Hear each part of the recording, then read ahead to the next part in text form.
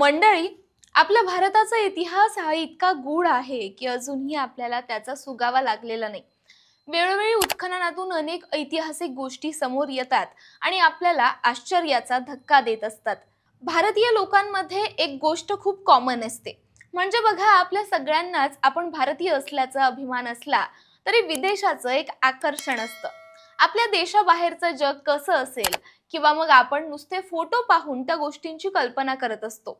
याच वेळी आपल्याला प्रश्नही पडतो, जर आपल्याही देशात इतकेच सुंदर रस्ते असते तर, इतकं सुंदर आपल्याही शहराचं नियोजन असतं तर, पण थांबा, 1500च्या दशकात आपल्या महाराष्ट्रात असं काहीतरी घडलं की जे ऐकून तुम्ही थक्क व्हाल। मुंबईपासून अगदी जवळ वसईच्या समुद्र किनाऱ्यावर एक युरोपियन शहर उभं होतं, जिथं अधिकारी आणि सैनिकांची घरं, चर्चेस, हॉस्पिटल्स, कॉलेजेस, न्यायालय, बाजारपेठा, बांधलेले रस्ते आणि अगदी सांडपाण्याची व्यवस्था असं सगळं काही होतं। खरंच 450-500 वर्षांपूर्वी आपल्या महाराष्ट्रात असं शहर होतं, आणि तेही एका किल्ल्यावर। काय आहे वसईच्या किल्ल्याचं रहस्य? इथं शहर कसं आलं? चला जाणून घेऊयात या स्पेशल स्टोरीच्या माध्यमातून। नमस्कार, मी सृष्टी आणि आपण पाहताय त्याचं काय महाराष्ट्र। मंडळी, वसईचा किल्ला हा फक्त एक किल्ला नाही, तर महाराष्ट्राच्या इतिहासातील एक अद्भुत गाथा आहे, जिथं पोर्तुगीजांनी एक संपूर्ण युरोपियन शहर उभं केलं आणि मराठ्यांनी त्यावर विजय मिळवून इतिहासाला नवा आकार दिला। मुंबईपासून अगदी जवळ असलेला हा किल्ला आपल्याला सांगतो समुद्र किनाऱ्यावर उभ्या असलेल्या शहरांचं, युद्धांचं आणि शौर्याचं रहस्य। इतिहासाच्या पानांवर 500 वर्षांपूर्वी घडलेल्या या घटनांनी आजही आपल्याला प्रेरणा दिलीये। वसई हे मुंबईपासून केवळ 50 किलोमीटर उत्तरेस आहे। पोर्तुगीजांनी 1536 साली इथं आपला ताबा मिळवला आणि लगेचच या किल्ल्यात एक युरोपियन शहर उभं करण्यास सुरुवात केली। चर्चेस, कॉलेजेस, हॉस्पिटल्स, बाजारपेठा, न्यायालय, नगरपालिका, विहिरी, रस्ते सर्व काही एकत्र येऊन हा किल्ला फक्त संरक्षणासाठी नाही, तर प्रशासन, व्यापार आणि लोकवस्ती यासाठी बनवला गेला होता। आता जेव्हा आपण या किल्ल्याचा इतिहास समजून घेत आहोत, तेव्हा पोर्तुगीज इथे कसे आले हे समजून घेणंही महत्त्वाचं आहे।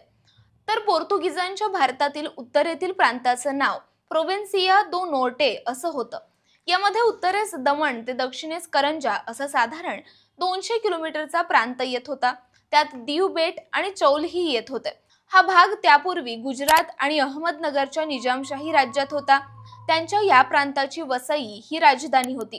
गुजरातच्या सुलतानानं मुघलांशी लढण्यासाठी मदत मागताना वसईचा ताबा पोर्तुगीजांना दिला आणि इथं पोर्तुगीजांनी दीर्घकाळ आपला ताबा ठेवला। किंबहुना हा किल्ला 12व्या शतकात भोंगळे राजांनी बांधला असे उल्लेख आणि पुरावे सापडतात। त्यावेळेस बाले किल्ला आणि काही बांधकामं झाली होती, ती आजही दिसून येतात। वसईच्या बाले किल्ल्याला फोर्टे दे साओ सेबॅस्टियो असं नाव दिलं गेलं आणि सुमारे 10 बुरुजांनी त्याचं रक्षण केलं जात असे। त्या काळी वसईच्या किल्ल्याच्या परिसराची रचना जणू एक बेटासारखी होती। पश्चिमेला अरबी समुद्र, दक्षिण आणि नैऋत्येला उल्हास नदी आणि पूर्वेला त्याचा फाटा।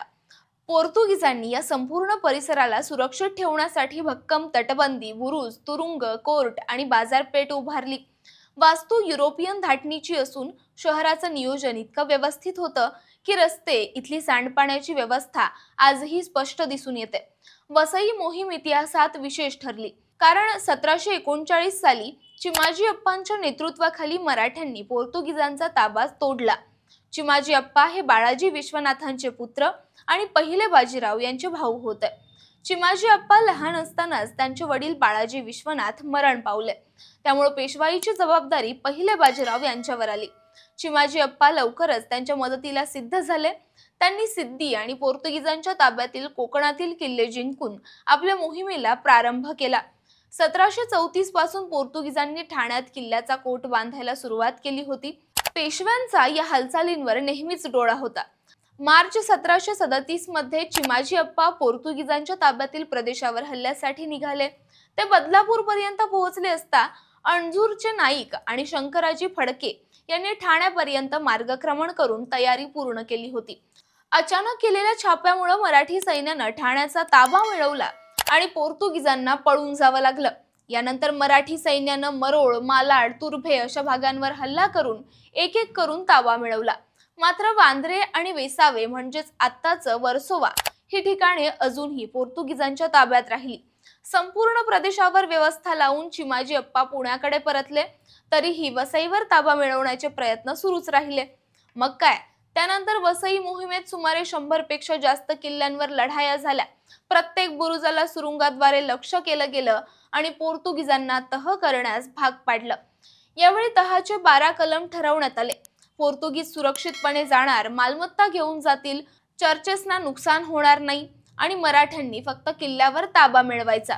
या मोहिमेमुळे मराठ्यांचा विश्वास आणि सामर्थ्य स्पष्ट दिसून आलं। वसईवर ताबा मिळाल्यानंतर 1818 पर्यंत मराठ्यांचा प्रभाव कायम राहिला आणि ब्रिटिशांनी किल्ल्यावर लक्ष दिलं, परंतु त्याचं महत्त्व पोर्तुगीजांच्या काळापेक्षा कमी होतं। आज वसई किल्ला हे भूतकाळाचं स्मरण आहे।